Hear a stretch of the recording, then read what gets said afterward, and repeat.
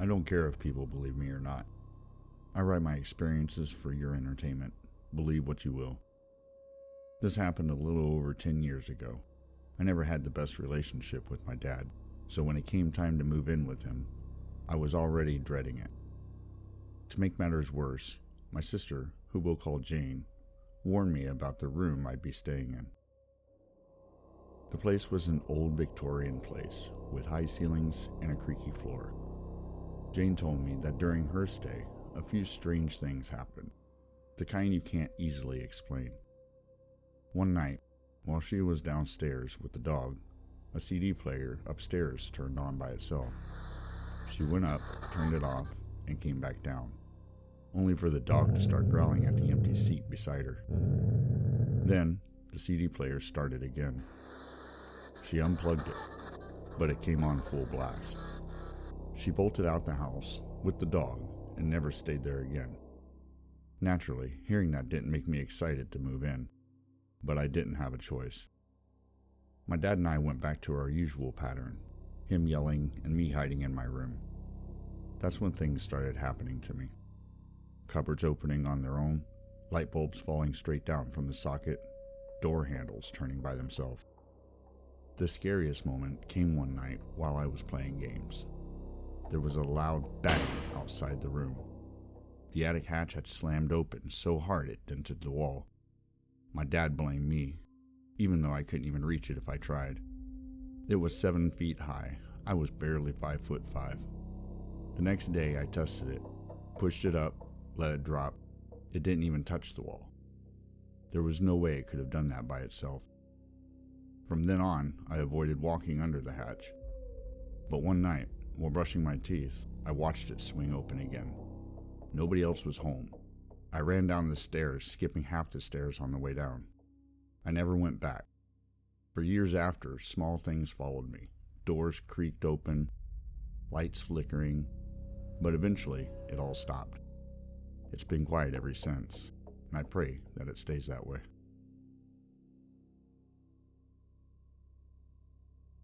If you're still listening, you're one of us. Hit that like button. It helps more people find these true stories. And if you want more, you know what to do. Back to the story.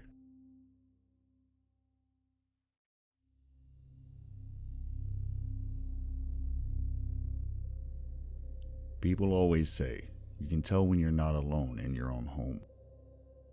I used to laugh at that until it happened to me. The year was 2018. I had just moved into a small rental outside Tacoma, Washington. It was the kind of place you take because it's cheap, not because it feels right. The attic hatch was in the hallway, just above the front door, one of those wooden panels that never quite sits flush. The first 2 weeks were fine, quiet. But then, little things started bothering me. I'd leave a loaf of bread on the counter, come home, find it half gone. Light switches I was certain I'd turned off were on again. My thermostat kept changing overnight. Just a few degrees, but enough to notice. I started doubting myself. Maybe I was forgetful. Maybe the place was drafty. Until one night, around 2 a.m, I heard footsteps. Not the creak of pipes or the sound of house settling. Real footsteps, slow, deliberate, directly above my bedroom ceiling. I held my breath. The steps moved across the attic, stopped right above me, then shifted again. I grabbed my phone, hit record, and whispered, "Hello?" Silence. Then a single, soft thump. The next morning, I checked the attic hatch. It was cracked open. Not enough to notice at a glance, but enough to tell someone had pulled it down. My stomach dropped. I called a friend, put them on speaker, climbed on a chair, and slowly pushed the hatch upward. The smell hit me first. Stale sweat and dust. I aimed my flashlight and froze. A sleeping bag, empty food wrappers, half a bottle of water, and a flashlight laying on its side. Someone had been living in my attic. I backed away and dialed 911. The police arrived, searched the attic, the crawl space, the yard. Nothing. Whoever it was, they were gone. They found scuff marks near the back window, small enough for someone to climb in and out of quietly. I moved out 2 weeks later. For a while, I couldn't sleep. Every little noise sounded like someone moving above me again. Even now, in my new place, I still look up before bed. Because once you've heard someone walking around above you, you never really stop listening for it.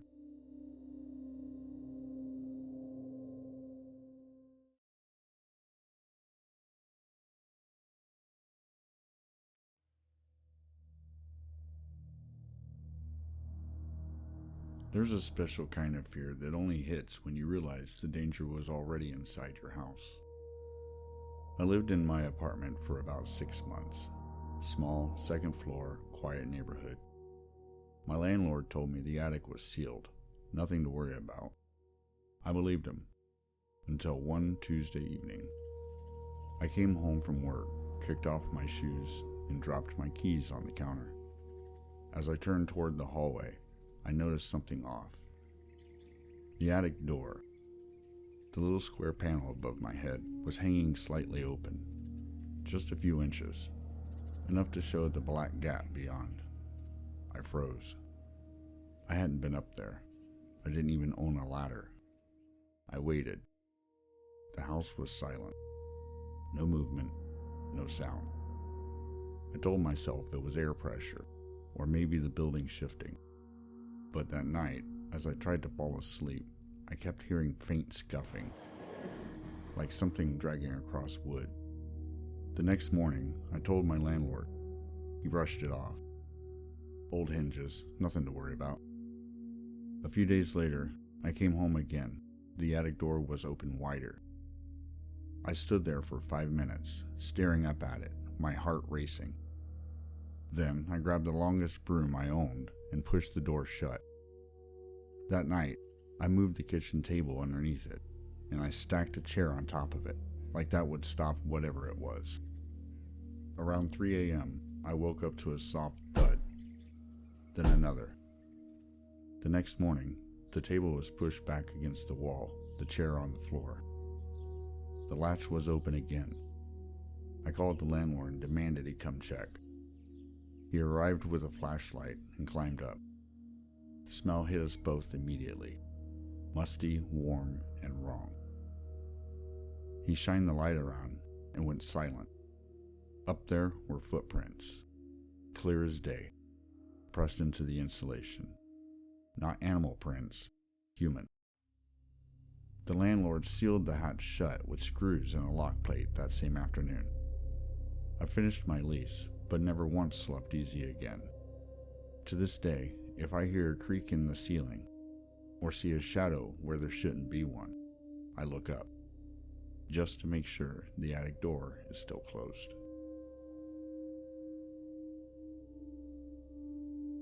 Thanks for watching.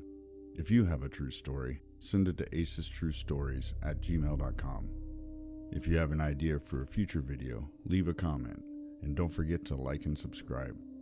Remember, there's always another story.